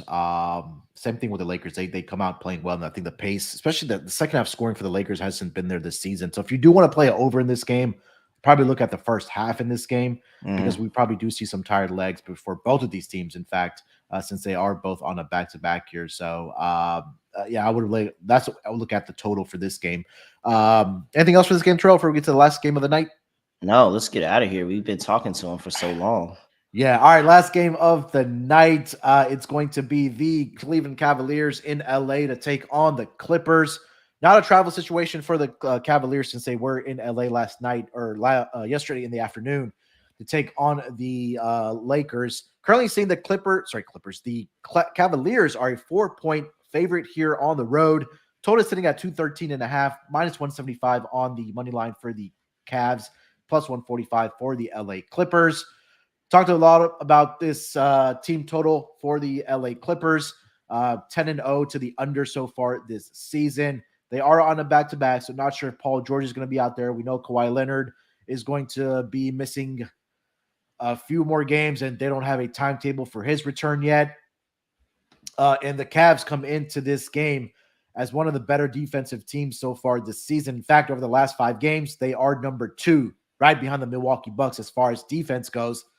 But Terrell, what do you think about this game here? The Cavs laying 4 points against the LA Clippers.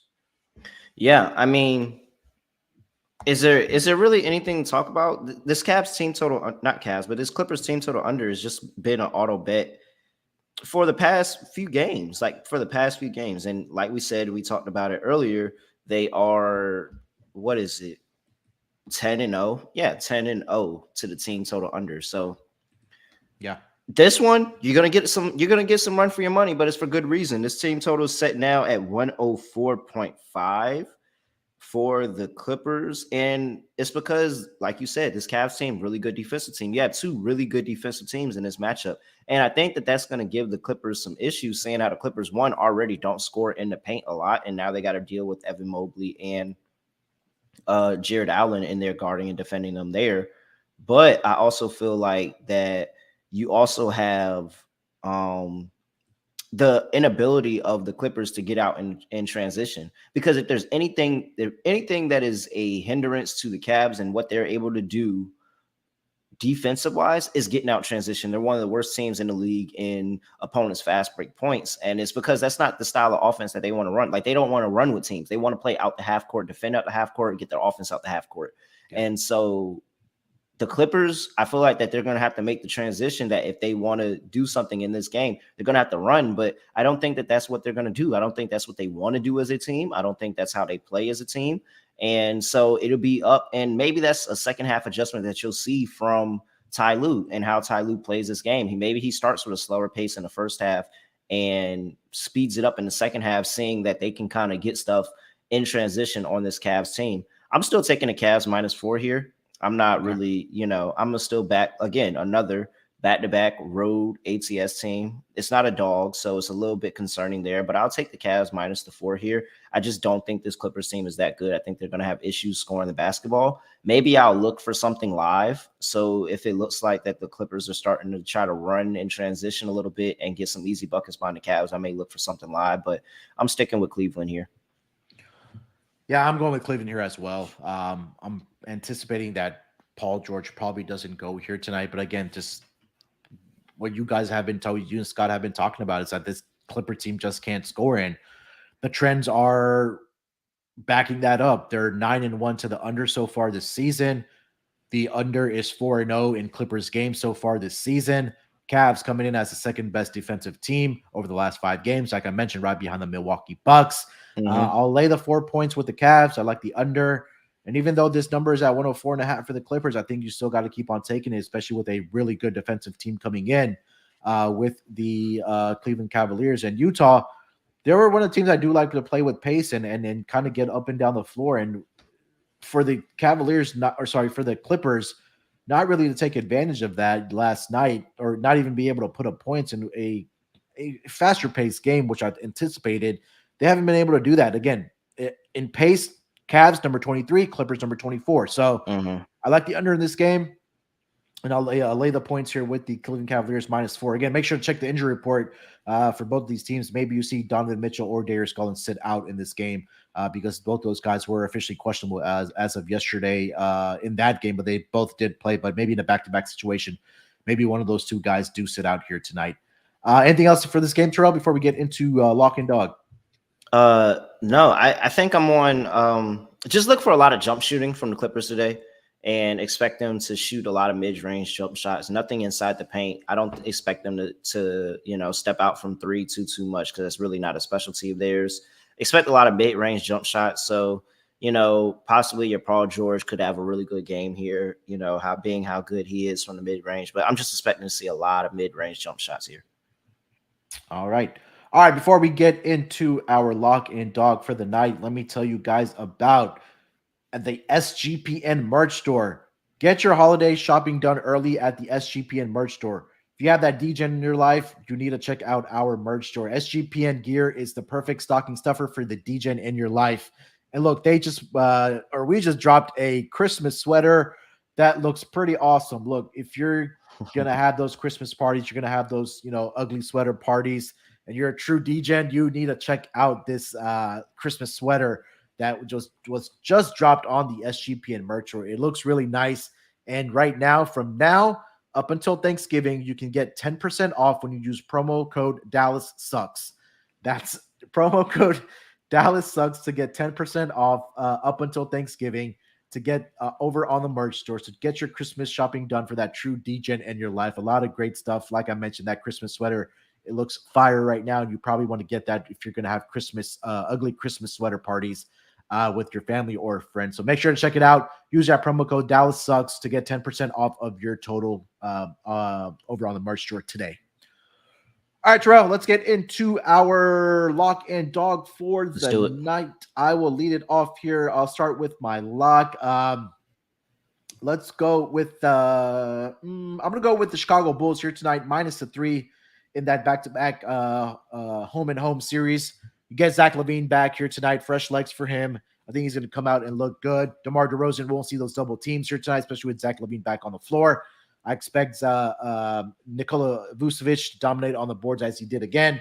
Don't expect AC to put up an 11-11 double-double again, but hopefully he can shoot the ball better and just provide some support to DeMar DeRozan and Zach LaVine. So I'm going to take -3 for the Chicago Bulls as my lock of the night.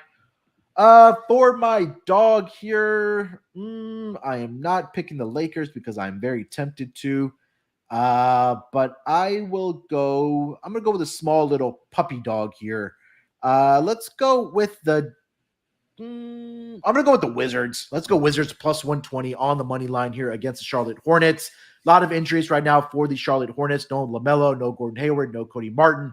Significant hurt to their depth. We saw the Brooklyn Nets go in there, take care of business against them. I think that the Wizards had enough talent for them to go in there in Charlotte to take care of business with KP.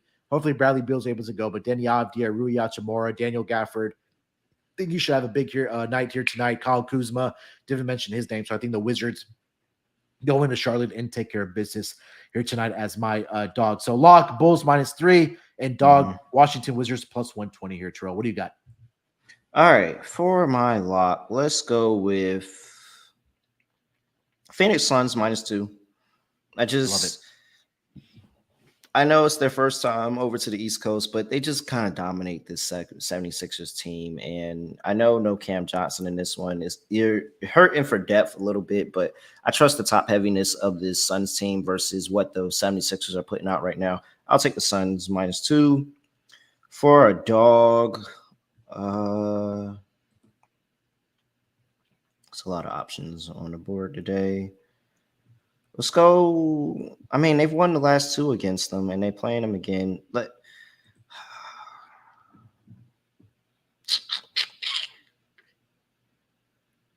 I am torn. Let's take a home dog. All right, let's go with the Atlanta Hawks. +145 on the money line. I think they can give the Bucks their first loss, and a team that they always kind of play rather tough. And now they're getting this one at home and a chance to get a rematch for earlier in the season. I'll take the Atlanta Hawks. I feel like we need to give a bonus lock. It's 15 games on the slate. All right, you want to do? All right, bonus lock. Go for it. Let's go bonus. Let's bonus lock up the. I'm not going to lock up the team total for the Clippers because we know we're all betting that. Let's go with Houston. Do I want to go with Houston +5? I feel pretty confident in that. Yeah. What about Magic first at quarter? Oh yeah, that Magic first quarter play is absolutely definitely. Yeah, no, of course. Yeah, let's go with I forgot about that. Yeah, that Magic first quarter -1.5. That'll be my bonus lock. All right. My bonus lock, I'll go with the over in the Boston and the Memphis game here tonight, 231.5. I think we'll see a lot of back and forth. Will be points being put up. Hopefully, John Moran and all those guys are out there to play here tonight. I know Memphis is on a back-to-back, but it's a home and home back-to-back for them. But I think that we'll see plenty of points being put up in that game. Again, like I mentioned, Memphis has been struggling on the defensive end of the basketball. Boston, we know they can put the ball in the basket, and so can Memphis. So over 231.5 as my bonus log for this 15-game schedule here at Terrell. Let's go. 15 NBA games, 130-something college basketball games. Like, come on. Hoops never stop. We went all the way from the WNBA season, and now we hear NBA season. Now college basketball is kicking off. We got everything. Like, hoops 24/7. Hoops is 24/7. I'm trying to tell you people. Come on, let's go. Let's go, Munaf. Yeah, big game or big schedule tonight. I know NBA's off tomorrow, but hey, like Terrell mentioned, college basketball officially has already tipped off. I know Baylor was in action at 11 o'clock, but games all day. Like Terrell mentioned, 130 plus games here tonight, I think, in the college basketball. I don't know ranks. how I'm going to watch all these games. Yeah, if you're a college fan, make sure to check out the college basketball experience. Maction is back Tuesday, Wednesday tonight. Check out the guys on the college football experience. I know Terrell's a big part of both the basketball and the college football experience here, so definitely check them out. They've been crushing it all season long. NBA pod will be back on Wednesday since there are no games tomorrow. Make sure to follow our Twitter account at SGPNNBA. Make sure to follow Terrell on Twitter at @reallywill__. Follow me on Twitter at SportsNerd824. Till then, good luck with your picks. Let's get this week started off with a bang. Good luck with your picks. Let's break these books off and let it ride.